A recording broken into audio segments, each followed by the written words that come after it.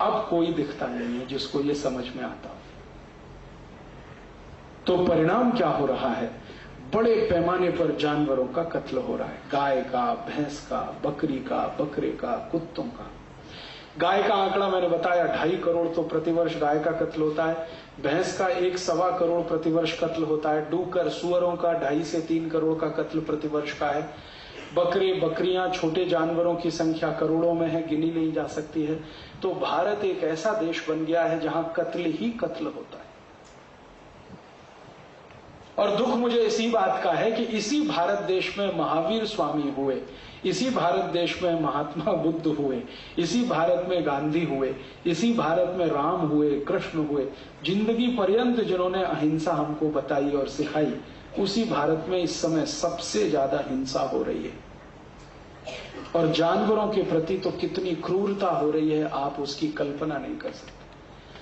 कभी अगर आपको अपनी आंखों से देखना हो कि कितनी क्रूरता होती है जानवरों के खिलाफ, तो आप कभी चले जाइए मुंबई में देवनार नाम का एक गांव है, वहां पर एक कत्ल खाना चलता है।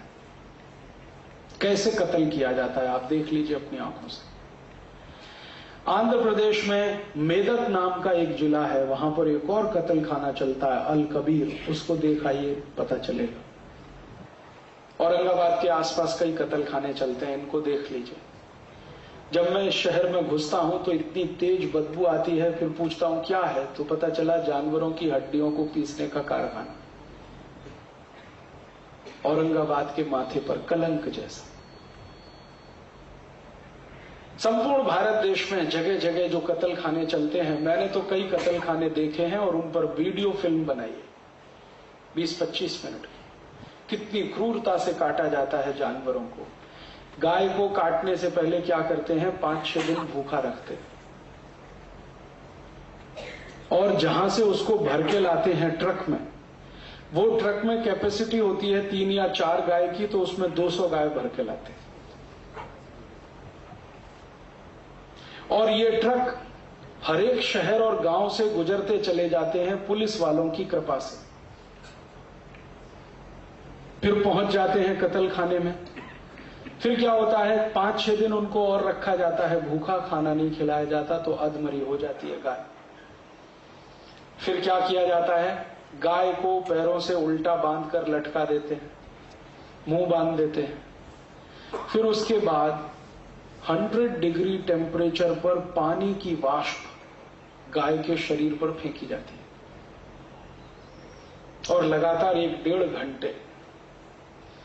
परिणाम क्या होता है कि उसका शरीर फूलना शुरू करता है और फूलते फूलते जब वो मैक्सिमम कैपेसिटी में आ जाता है, तब जाके उसकी गर्दन काटी जाती है।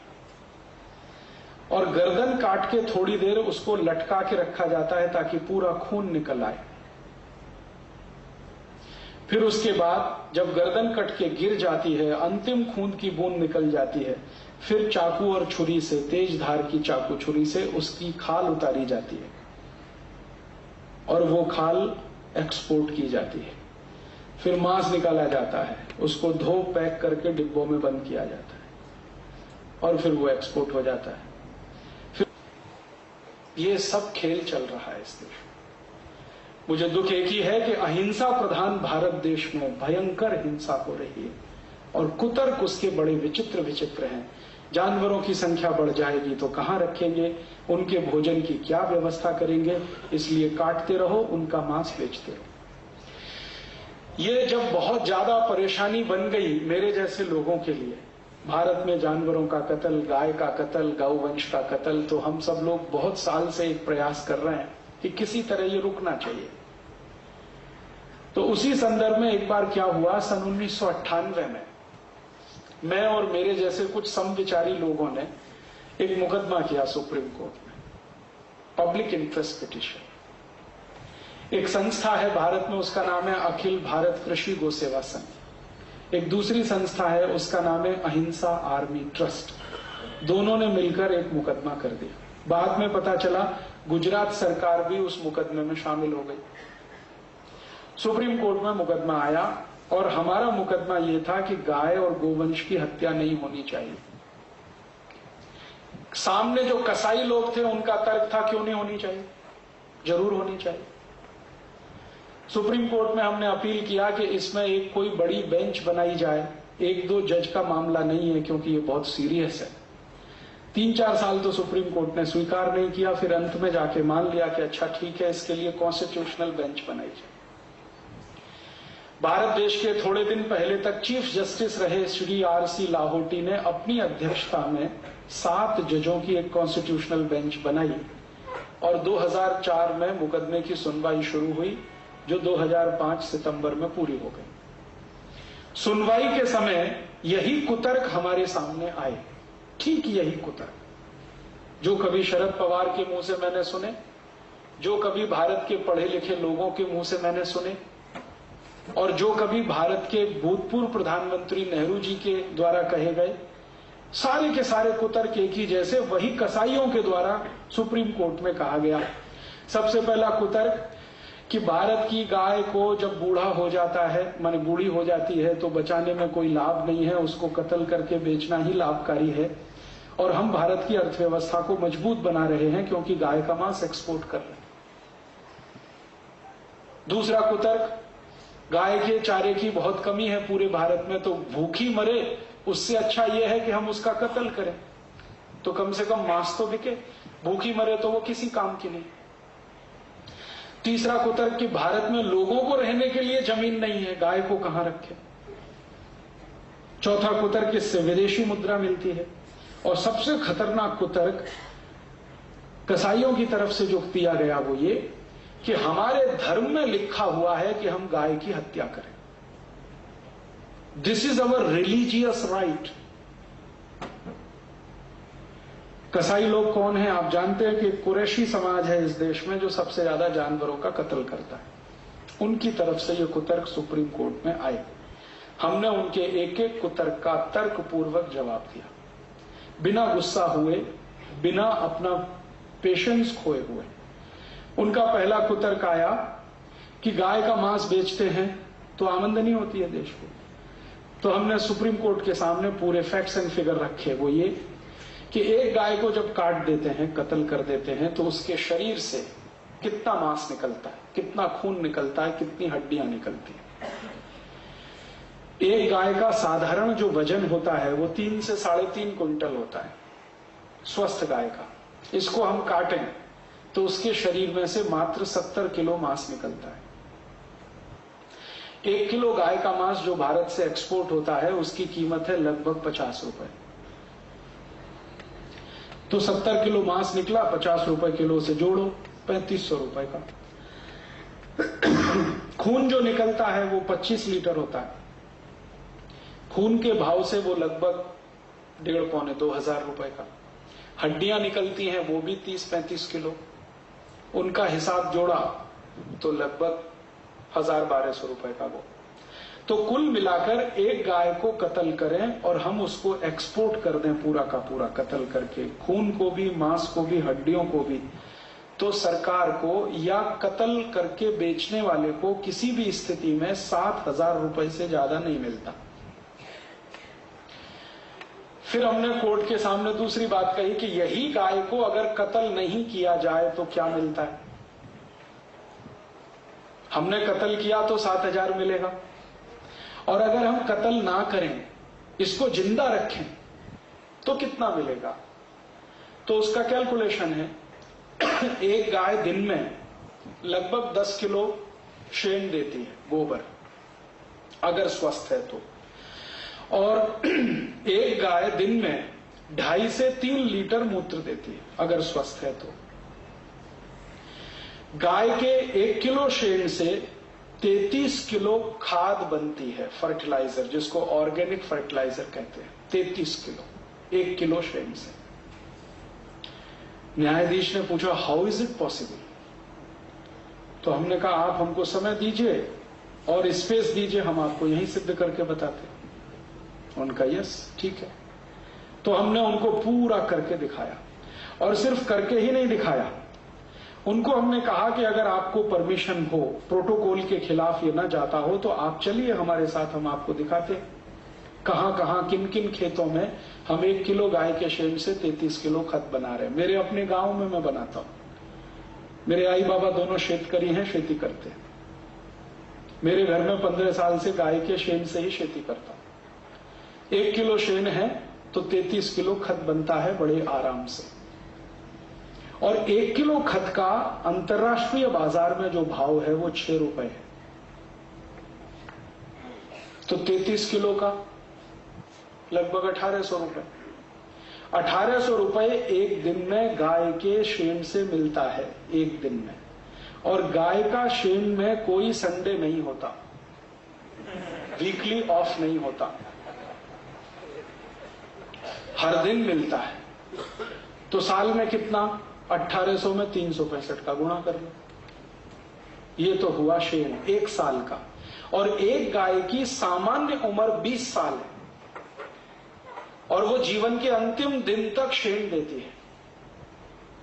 तो 1800 गुणा 365 गुणा 20, और ये कैलकुलेशन लगभग लाख रुपए के ऊपर गया, 2 लाख के आसपास आता है। तो मैंने कहा इतना तो मिला, सॉरी 40 लाख के आसपास आता है, 2 लाख गलत बोला। तो 40 लाख रुपए तो मिल जाएगा शेन से। अब आया मूत्र, रोज का 2-2.25 लीटर, और उस मूत्र से 48 औषधियां बनती है। डायबिटीज की औषधि बनती है, arthritis, bronchitis, bronchial pneumonia, tuberculosis, osteomyelitis, osteoporosis, ऐसे 48 रोगों की औषधियां गाय मूत्र से बनती हैं। और गाय के 1 लीटर मूत्र का बाजार में दवा के रूप में कीमत लगभग 500 रुपए इस समय भारत के बाजार। अंतर्राष्ट्रीय बाजार में तो उससे भी ज्यादा है। आपको मालूम है अमेरिका में गोमूत्र पेटेंट है और अमेरिकन गवर्नमेंट भारत की गाय का मूत्र इंपोर्ट करती है हर साल। कैंसर की मेडिसिन बनाते हैं उससे, डायबिटीज की मेडिसिन बनाते हैं। और अमेरिका में गोमूत्र पर 1-2 नहीं 3 पेटेंट है।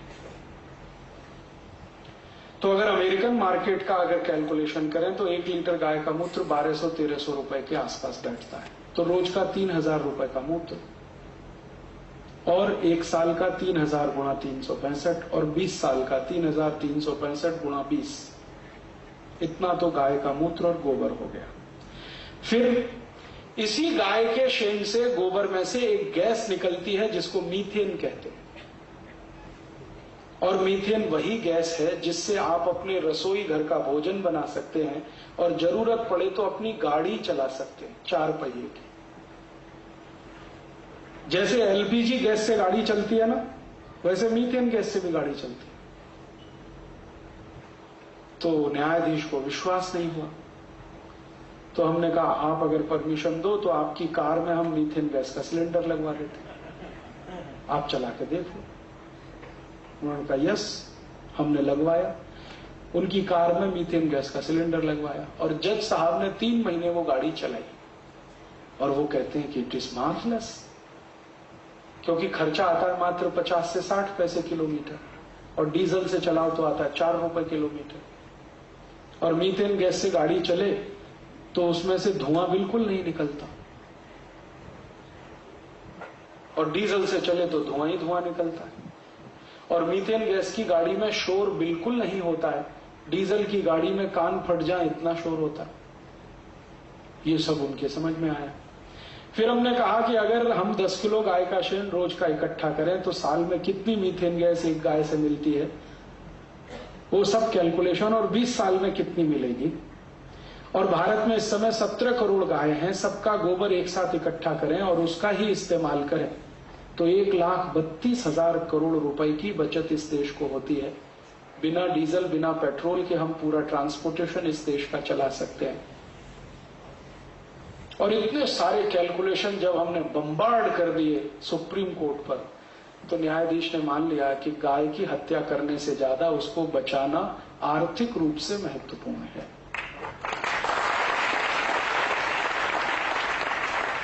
जब कोर्ट की ओपिनियन आई तो ये कसाई लोग भड़क गए, उनको लगा कि अब केस उनके हाथ से गया, क्योंकि उन्होंने हिसाब जोड़ के दिया था कि हम कत्ल करते हैं तो एक गाय से 7,000 की इनकम, यहां हमने सिद्ध कर दिया कि उसको जिंदा रख लो तो लाखों रुपए की इनकम। फिर उन्होंने एक ट्रम्प कार्ड चला कसाईयों में, उन्होंने कहा कि ये हमारा धार्मिक अधिकार है कि हम गाय का कत्ल करें। This is our religious right. हमने कोर्ट को कहा कि अगर इनका ये धार्मिक अधिकार है तो जरा इतिहास में पता करो कि जितने भी मुस्लिम राजा हुए किस किसने अपने इस धार्मिक अधिकार का उपयोग किया। तो कोर्ट ने कहा ठीक है, एक कमीशन बनाओ, हिस्टोरियंस को बुलाओ और जितने मुस्लिम राजा भारत में हुए सबकी हिस्ट्री निकालो, डॉक्यूमेंट्स निकालो और किस किस मुस्लिम राजा ने धार्मिक अधिकार का उपयोग किया गाय के कत्ल के रूप में। पुराने डॉक्यूमेंट्स जब निकाले गए तो पता चला कि भारत में जितने भी मुस्लिम राजा हुए उनमें से एक ने भी गाय का कत्ल किया नहीं। उल्टे कई मुस्लिम राजाओं ने गाय का कत्ल रोकने के लिए कानून बनाए। उनमें से एक नाम बता देता हूं, बाबर। बाबर ने अपनी पुस्तक जिसका नाम है बाबरनामा, उसमें लिखवाया है कि मेरे मरने के बाद भी गाय का कत्ल का कानून जारी रहना चाहिए, माने गाय का कत्ल नहीं होना चाहिए। तो बाबर ने तो ये कानून बनाया, हुमायूं ने भी उसी कानून का पालन किया क्योंकि बाबर उसका बाप था। और हुमायूं के बाद जितने मुगल बादशाह थे सबने इसका पालन किया, इंक्लूडिंग औरंगजेब। फिर दक्षिण भारत में एक बड़ा मुस्लिम राजा था, उसका नाम था हैदर अली, टीपू सुल्तान का बाप। उसने एक कानून बनाया था कि अगर कोई गाय की हत्या करेगा तो हैदर अली उसके दोनों हाथ काट देगा, शिक्षा के रूप में, दंड के रूप। जम्मू कश्मीर में जितने मुस्लिम राजा हुए सबने कानून बनाए, गाय की हत्या कोई करेगा तो उसको मृत्यु दंड। तो ये सब जब दस्तावेज कोर्ट के सामने आए तो हमने कोर्ट को कहा कि आप जरा बताइए कि अगर इस्लाम में गाय को कत्ल करना धार्मिक अधिकार होता तो बाबर तो कट्टर इस्लामिक था, 5 वक्त की नमाज पढ़ता था। हुमायूं भी था, जहांगीर भी था, औरंगजेब तो सबसे ज्यादा कट्टर था। तो इन्होंने क्यों नहीं गाय का कत्ल करवाया और क्यों गाय का कत्ल रोकने के कानून बनवाए? क्यों हैदर अली ने कानून बनाया कि गाय का कत्ल करेगा तो हाथ काट देंगे उसका? क्यों टीपू सुल्तान ने उस कानून का पालन किया? तो हमने कोर्ट से कहा कि आप अगर हमें इजाजत दें तो हम कुरान शरीफ, हदीस, जितनी भी पुस्तकें हैं वो पेश करते हैं और उनमें से कहां लिखा है गाय को कत्ल करो, ये हम जानना चाहते हैं। और आपको पता चलेगा कि इस्लाम की कोई भी धार्मिक पुस्तक में नहीं लिखा है कि गाय का कत्ल करो। हदीस में तो लिखा हुआ है कि गाय की रक्षा करो क्योंकि वो तुम्हारी रक्षा करती है। पैगंबर मोहम्मद साहब का स्टेटमेंट है कि गाय अबोल जानवर है इसलिए उस पर दया करो। एक जगह तो ये लिखा है कि गाय का कत्ल करोगे तो 2 जख में भी जमीन नहीं मिलेगी, माने जहन्नुम में भी जमीन नहीं मिलेगी। तो फिर हमने कहा कि अगर मोहम्मद साहब ये कहते हैं, कुरान ये कहती है, हदीस ये कहती है, तो फिर ये गाय का कत्ल करना धार्मिक अधिकार कभी से हुआ भारत में? इनको पूछो जरा कसाईयों को। तो वो बौखला गए। हमने कहा अगर मक्का मदीना में कोई किताब हो तो ले आओ, उसमें भी देख लेते हैं। कोर्ट ने उनको 1 महीने की परमिशन दिया कि आप 1 महीने में ऐसा कोई दस्तावेज ला के दे दो जिससे ये पता चलता हो कि गाय का कत्ल करना इस्लाम का मूल अधिकार है। मान लेंगे। 1 महीने तक भी कोई दस्तावेज नहीं मिला तो कोर्ट ने कहा कि अब हम ज्यादा समय नहीं दे सकते। और पिछले साल 26 सितंबर सन 2005 को सुप्रीम कोर्ट ने जजमेंट सुना दिया। वो जजमेंट की कॉपी मेरे पास है, अगर आप में से किसी को इंटरेस्ट हो तो इसकी फोटोकॉपी ले सकते हैं। और अगर आपके पास इंटरनेट की फैसिलिटी हो तो www.supremecourtcaselaw.com ये वेबसाइट एड्रेस है सुप्रीम कोर्ट का, उस पर से इसको डाउनलोड कर सकते हैं। ये 66 पन्ने का जजमेंट है और भारत के सुप्रीम कोर्ट के इतिहास का सबसे ऐतिहासिक जजमेंट है। जजमेंट ये है कि गाय का कत्ल नहीं होना चाहिए। और दूसरा जजमेंट का पार्ट है कि भारत की सभी राज्यों की सरकार को इसकी जिम्मेदारी लेनी है कि उनके राज्य में गाय का कत्ल नहीं हो। और जजमेंट का तीसरा पार्ट है कि भारत का हर नागरिक जिसको संविधान से अधिकार है नागरिकता का, अब उसकी जवाबदारी है कि वो गोरक्षा करे।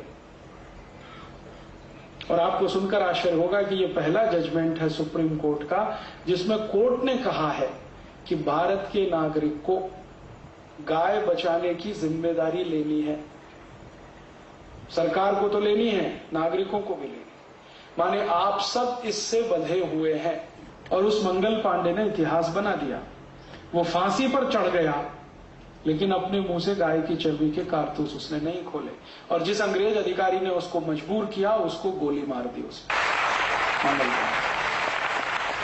तो हमने कहा था ये बात कि भारत की आजादी का इतिहास शुरू होता है गाय की रक्षा से। इसलिए गाय की रक्षा उतनी ही महत्वपूर्ण है जितनी हमारी आजादी। और